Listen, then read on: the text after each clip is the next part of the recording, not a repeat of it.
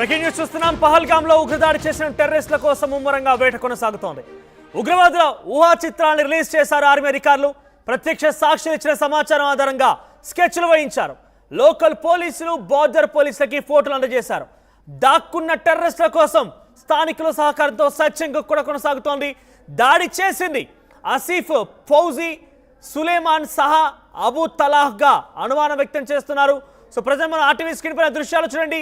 కొంతమంది టూరిస్ట్ అక్కడికి వెళ్ళిపోయి వారి పని నిమిత్తం వారంతా కూడా అక్కడ కూర్చున్న నేపథ్యంలో వారిని పిలిచి మరి మీరు ముస్లిమేతరులా అని చెప్పి వారిని గమనించి ఆధార్ కార్డును పరిశీలించి కూడా వారిని ఐడెంటిటీ కార్డు పరిశీలించి కూడా వారిని హతమార్చినట్టుగా చెప్తున్నారు. కొంతమంది ప్రత్యక్ష సాక్షులు మాట్లాడారు.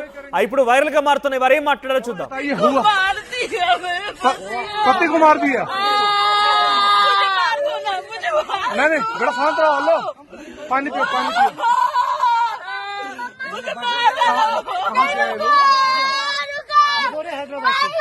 हैदराबाद से। अरे साथ में आपके हैदराबाद के हैं। मैं हैदराबाद से। उमरा चलना यार। ओ ये था कोई दिसता जहांगीर तो यार बिहारियां पीछे जुलदे यार तुम मौत की कसम इधर ही है।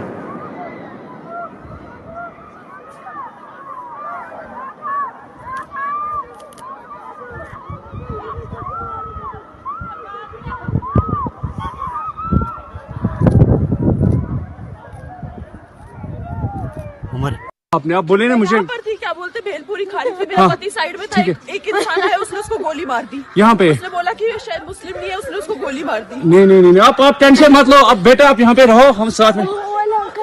आपने आप बोले ना मुझे थी क्या बोलते भेलपुरी खा रही थी, मेरा पति साइड में था, एक इंसान है उसने उसको गोली मार दी। यहाँ पे उसने बोला कि शायद मुस्लिम नहीं है, उसने उसको गोली मार दी। नहीं आप टेंशन मत लो। अब बेटा आप यहाँ पे रहो, हम साथ में।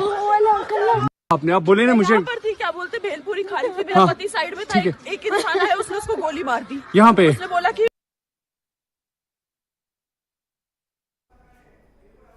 రైట్. పహల్గామ్లో దాడి ఘటనకు సంబంధించి ఉగ్రవాదులు ఎవరైతే ఉన్నారో వారిని ఊహా చిత్రాలని అక్కడ ఉన్నటువంటి ప్రత్యక్ష సాక్షుల ఆధారితంగా ప్రస్తుతం గీసారు బట్ అధికారికంగా విడుదల చేశారు. దానికి సంబంధించి వారిని అప్డేట్స్ ప్రతినిధి రామదాస్ అందిస్తారు. ఎస్ రామదాస్, సో ఏం జరుగుతుంది? పహల్గామ్లో దాడికి సంబంధించి మృతుల సంఖ్య ఇంకా పెరిగే అవకాశమైనా ఉందా? అంటే ఇప్పటికే కొంతమంది చాట్ మాటున దాక్కున్నారు టెర్రరిస్టులను కూడా పోలీసులు సమాచారం తీసుకున్నారు. కొన్ని వందల సంఖ్యలో భద్రతా బలగాలు అక్కడ మోహరించి ఉన్నాయి. ఏకంగా హోంమంత్రి అమిత్ షా కూడా అక్కడ బయలుదేరారు. పెద్ద ఎత్తున అక్కడ హైటెన్షన్ నెలకొంది. ప్రజెంట్ ఇంకా ఎవరెవరు ఉండే అవకాశం ఉంది దీంట్లో? అసలు పాత్రధారి, సూత్రధారి పేరు, డీటెయిల్స్ ఏం తెలుస్తున్నాయి? జాతీయ భద్రతా దర్యాప్తు సంస్థ ఎన్ఐఏ ఇప్పటికే దర్యాప్తు ప్రారంభించింది. ఎన్ఐఏ నిన్నటించే రంగంలోకి దిగింది. మరోవైపు కేంద్ర union home minister Amit Shah ఇప్పటికే కాశ్మీర్ లో మకాం వేశారు. పహల్గాం ప్రాంతంలో ఆయన పూర్తిగా పరిస్థితులు ఎప్పటికప్పుడు ప్రధానమంత్రికి పిఎంఓ ఆఫీస్ కు పూర్తి స్థాయి సమాచారాన్ని చేరవేస్తున్నారు నాయకులకంతా కూడా. సో ఏం జరుగుతుంది మొత్తం మీద కాశ్మీర్ ను మరొకసారి అల్లకల్లోలంగా మార్చేందుకు రక్తపాతాన్ని సృష్టించిన ఉగ్రవాదుల భరతం పట్టేందుకైతే ప్రస్తుతం భద్రతా బలగాలు పూర్తి స్థాయిలో అప్రమత్తమైన పరిస్థితి కనబడతా ఉంది. మరోవైపు ఊహా చిత్రాలను ముఖ్యంగా ఎన్ఐఏకి చెందిన టెర్రరిస్టులు, ఎన్ఐఏకి చెందిన ఫోరెన్సిక్ సిబ్బంది టెర్రరిస్టుల ఊహా చిత్రాలను ఇప్పటికే స్కెచ్ పిక్స్ ని ఇప్పటికే విడుదల చేశారు. దాడి చేసింది పాకిస్తాన్ ప్రేరేపిత ఉగ్రవాదులైనటువంటి ఆసిఫ్ ఫౌజీ, సులేమాన్ సహా, అబ్దుల్ తలాగా అనుమానిస్తున్నారు. ఆ ముగ్గురి ఊహా చిత్రాలు కూడా ఇప్పటికే ఎన్ఐఏకి చెందిన ఫోరెన్సిక్ బృందం ఆ స్కెచ్ వేసి ఊహా చిత్రాలను విడుదల చేసిన పరిస్థితి కనబడుతుంది. ముఖ్యంగా ఈ ముగ్గురితో పాటు మరికొంతమంది ఈ దాడుల్లో ఇన్వాల్వ్ అయినట్టుగా చెప్తాను. ప్రధానంగా సౌత్ కాశ్మీర్ అనంతనాగ్ జిల్లాకు సంబంధించి ఈ ఏదైతే పహల్గామ్ ఉందో అక్కడ నిజంగా ఇది మినీ స్విట్జర్లాండ్ గా చెప్తుంటారు. చాలా మంది పర్యాటకులు అక్కడికి వస్తుంటారు. అయితే ఇక్కడ పీర్ పంజార్ అనే ప్రాంతం నుంచి అక్కడ అంటే పాక్ ఆక్యుపైడ్ కాశ్మీర్ ఏదైతే ఆజాద్ కాశ్మీర్ గా వాళ్ళు చెప్పుకుంటారు అటువైపు నుంచి బహుశా టెర్రరిస్టులు వచ్చినట్టుగా తెలుస్తుంది. భౌగోళికంగా ఆ ప్రాంతం అంతా కూడా టెర్రరిస్టులకు పూర్తిగా అనుకూల ప్రాంతంగా చెప్తున్నారు. దాంతో పాటు కొంతమంది ఎవరైనా స్థానికులు వీళ్ళకి సహకారం అందించారా లేదా పూర్తి స్థాయి అక్కడంతా కూడా గతంలోనే రెక్కి నిర్వహించినట్టుగా తెలిసింది. గత కొన్ని రోజులుగా కూడా వీళ్ళంతా కూడా ఆ ప్రాంతంలో దాడికి ప్లాన్ చేసే పక్కా ప్రణాళికలో భాగంగా వ్యూహంతోనే అక్కడ దాడికి పాల్పడ్డట్టుగా చెప్తున్నారు. ప్రత్యక్షులు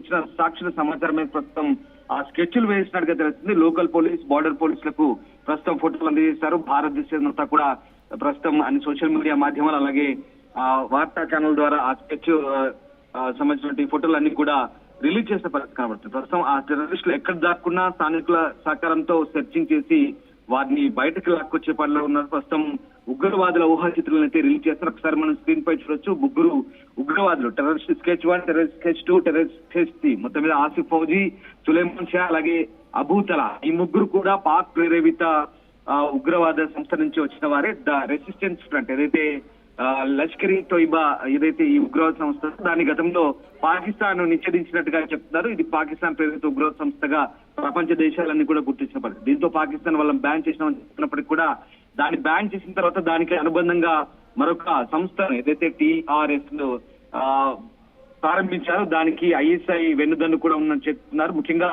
వీళ్ళందరూ కూడా మిలిటరీ గ్రేడ్ తుపాకులు ధరించి అలాగే హెల్మెట్స్ పెట్టుకొని పక్కాగా సైనిక దుస్తుల్లో వచ్చి ఎలాంటి అనుమానం రాకుండా పహల్గామ్ లో దాడి చేశారంటే దీనికి అందరికీ ఖచ్చితంగా పాకిస్తాన్ వెన్నుదల ఉంది. పాకిస్తాన్ నుంచి వీళ్ళకు పూర్తి స్థాయిలో నిధులు అందుతున్నాయి.